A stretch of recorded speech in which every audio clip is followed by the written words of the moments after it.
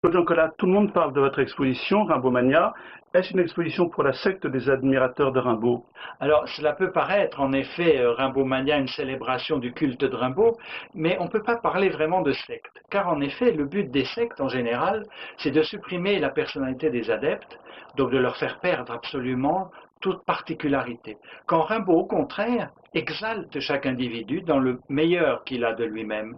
Les peintres vont le peindre, les musiciens vont composer en son nom, pour lui, et en même temps prendre une grande liberté par rapport à lui, parce que dans le fond, il déclenche, il est un pourvoyeur d'énergie, il va déclencher le désir de créer, mais après, il ne possède jamais les êtres. Il a trop ce goût de la liberté. Et ce goût de la liberté est allé au point que même que ce soit dans sa vie ou dans son œuvre, il a laissé volontairement de grandes obscurités. Et quel est le rôle de ces obscurités?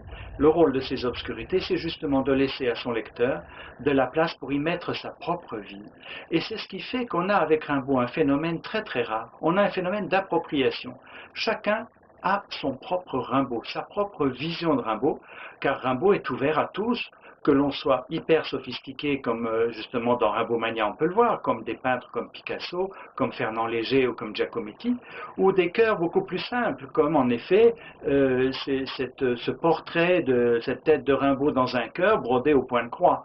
Je veux dire, Rimbaud ne découpe pas, n'enferme pas la société, au contraire, il se donne à tous, il ouvre à tous, il enlève toutes les bornes, et plus on aura dans notre société une impression d'enfermement, une impression d'être pris dans des règles, d'être étouffé, plus il sera notre dernier recours, notre grande respiration.